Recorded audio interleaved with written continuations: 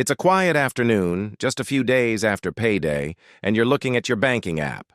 There's a familiar, hollow sensation in your chest as you scroll through the transactions. You've worked hard this month. You've put in the hours, dealt with the stress, and navigated the demands of your career. Yet somehow, the numbers on the screen don't reflect the effort you've expended. The money arrived with a sense of possibility, but it seems to have evaporated into a dozen different directions before you could even decide what to do with it. You aren't necessarily reckless. You aren't buying designer watches or taking spontaneous trips to exotic islands. You're just living.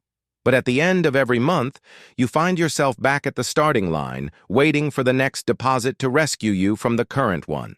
This is a cycle that millions of people find themselves in, regardless of whether they earn $40,000 or $400,000 a year. It is the invisible ceiling that keeps us stuck, and the most frustrating part is that we often can't see the ceiling at all. We think the problem is the amount of money coming in, but the real issue is much more subtle and much more persistent. It's a fundamental misunderstanding of what money is actually supposed to do for us. We've been conditioned to view money as a medium for consumption, a way to acquire the things that make life comfortable or social standing visible. But when we view money only through the lens of what it can buy today, we inadvertently surrender our tomorrow. The mistake that keeps so many people broke isn't a lack of effort or a lack of intelligence. It is a misalignment between our daily actions and our long-term peace. We are running on a treadmill that we didn't realize we stepped onto, and the faster we earn, the faster the treadmill spins. It's exhausting, and it creates a persistent background noise of anxiety that colors every aspect of our lives. We tell ourselves that things will be different when we get that next raise or when that one big expense finally falls off the books. But the raises come, and the expenses change, and yet the feeling of being one step away from a financial cliff remains. This isn't just about math. It's about the way we perceive our time and our energy. Every dollar you earn represents a piece of your life that you traded away.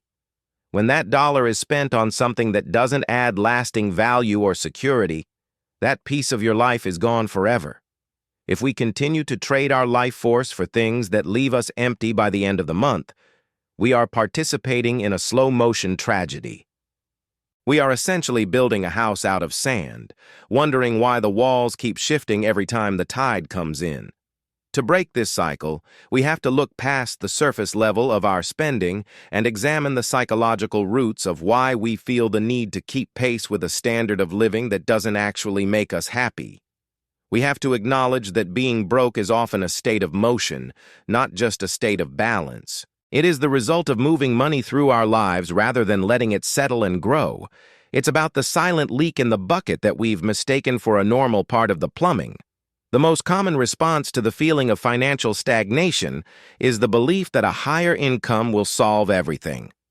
We tell ourselves that if we could just bridge the gap between our current salary and some hypothetical dream number, our problems would vanish.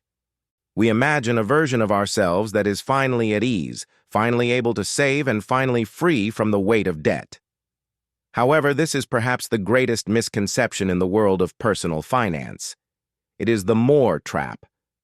We assume that the reason we are broke is a lack of resources, when in reality, it is often a lack of a system to manage those resources.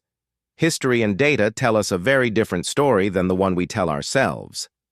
We see professional athletes, lottery winners, and high-earning executives who find themselves in financial ruin despite earning sums of money that most people can't even fathom. This happens because our lifestyle has a natural tendency to expand to fill the space we give it. This phenomenon, often called lifestyle creep, is the silent killer of wealth. When we get a promotion, we don't just see it as a chance to secure our future. We see it as an upgrade to our present. We get a slightly better car, we move into a slightly nicer neighborhood, we start eating at slightly more expensive restaurants. None of these choices feel like mistakes in the moment. They feel like rewards for our hard work. They feel like the natural progression of a successful life. But these incremental upgrades are exactly what keep the broke cycle spinning. If your expenses rise in lockstep with your income, you are effectively standing still. You might be standing in a nicer room, but you are still trapped. We've been taught to equate spending with success, but real wealth is actually the money you don't spend. It's the gap between what you earn and what you consume. Most of us spend our entire lives trying to close that gap from the wrong side. We focus entirely on the earning and ignore the consuming, assuming that the former will eventually outpace the latter. But without a conscious shift in our mindset, the consumption will always find a way to catch up. We are living in a culture that is designed to keep us spending. Every advertisement, every social media post, and every cultural cue is a gentle nudge to part with our money in exchange for a temporary feeling of belonging or satisfaction. We've been convinced that to be a certain type of person, we must own certain types of things. This creates a psychological barrier to saving. We feel that by not spending, we are depriving ourselves, when in fact by spending everything, we are depriving our future selves of freedom. We think being broke is a result of not having enough, but it is more often the result of wanting too much too soon. We try to live the life of a wealthy person before we've actually built the foundation of wealth. We buy the symbols of success before we've achieved the substance of it. This creates a fragile existence where we are perpetually performative, maintaining an image of prosperity while our bank accounts tell a much humbler story. To fix this, we have to stop looking at our income as a measure of what we can afford to buy and start looking at it as a tool for what we can afford to build. We have to decouple our self-worth from our net outflow and start finding satisfaction in our net worth. To move away from the cycle of being perpetually broke, we need to implement a mental framework that changes our relationship with every dollar that passes through our hands. The most effective way to do this is to stop thinking of money as a way to buy things and start thinking of it as a way to buy back your time. Your time is the only truly finite resource you have. Once it's gone, no amount of money can get it back. When you look at your bank account, you shouldn't see a list of potential purchases. You should see hours of future freedom. This shift in perspective is the foundation of long-term financial peace. One of the most powerful frameworks for this is the concept of paying yourself first. Most people follow a linear path. They earn money, they pay their bills, they spend on their lifestyle, and then they save whatever is left over. The problem is that more often than not, there is nothing left over. To break the cycle, you have to flip the script. You treat your savings and investments as your most important, non-negotiable bill. Before the utility company, before the landlord, and certainly before the coffee shop, you pay the person you are going to be in 10, 20, or 30 years. By automating this process, you remove the element of willpower. You build a system that works in the background regardless of how you feel on any given day. Another vital framework is understanding the difference between an asset and a liability. This sounds like technical jargon, but it's actually very simple. An asset is something that puts money into your pocket, and a liability is something that takes money out of your pocket. Most of what we consider wealth in our society, the cars, the houses, the clothes, are actually liabilities. They require maintenance, insurance, and taxes. They lose value over time. Real wealth is built by accumulating assets, things that grow in value or produce income without you having to trade your time for them. When you realize that every dollar you spend on a liability is a dollar that could have been used to buy an asset, your decision-making process changes. You start to see the hidden cost of every purchase. You realize that $1,000 spent on a weekend getaway is not just $1,000. It's the thousands of dollars that money would have become if it had been invested and allowed to compound over time. This isn't about being frugal or denying yourself joy. It's about being intentional. It's about choosing a higher level of joy, the joy of security, the joy of autonomy, and the joy of not having to worry about how you'll pay your bills if your circumstances change. We need to focus on building a margin in our lives. Margin is the space between our load and our limits. In financial terms, margin is the surplus that allows you to handle the unexpected without falling apart. When you live with zero margin, every minor inconvenience, a flat tire, a dental bill, a broken appliance, becomes a crisis. When you have margin, those things are merely inconveniences. Building that margin requires a commitment to consistency over intensity. It's not about making one massive change. It's about making small, sustainable choices every single day that align with your long-term vision. The journey from being broke to being financially secure is less about the numbers on a spreadsheet and more about a fundamental shift in your identity. We have to move from being consumers to being owners. A consumer is someone who views the world as a marketplace where they can satisfy their immediate desires.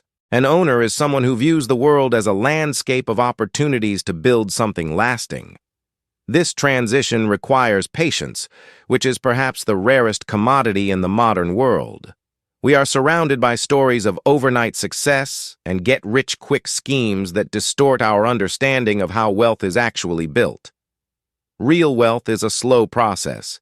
It's a quiet, often boring process of making the right choices month after month, year after year.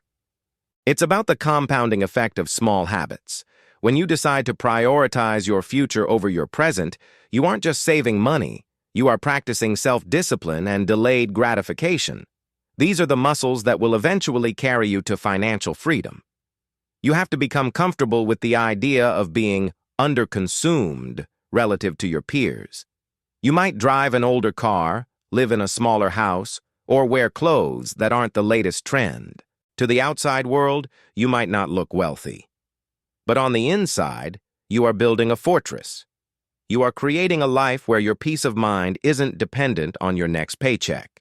This is a level of freedom that no luxury item can ever provide.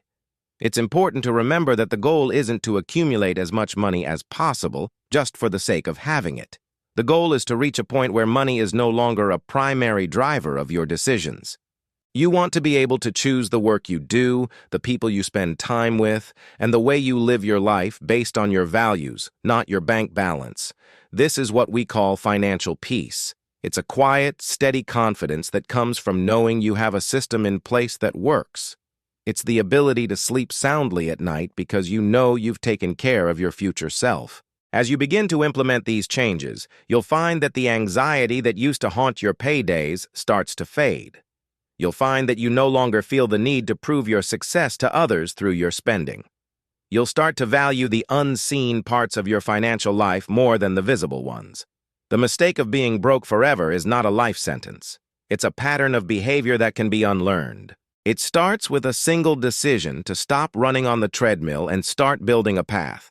It requires you to be honest with yourself about your habits and courageous enough to change them.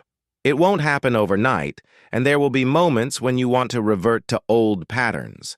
But if you stay focused on the why, on the vision of a life free from financial stress, you will find the strength to keep going. You are not defined by your past mistakes or your current balance. You are defined by the direction you are moving in today. Take a breath, look at your situation with clarity and compassion, and start building the margin that will eventually become your freedom. You have the power to change your story, one intentional choice at a time. The peace you are looking for is not found in the next purchase. It's found in the discipline of building a life that you don't need to escape from.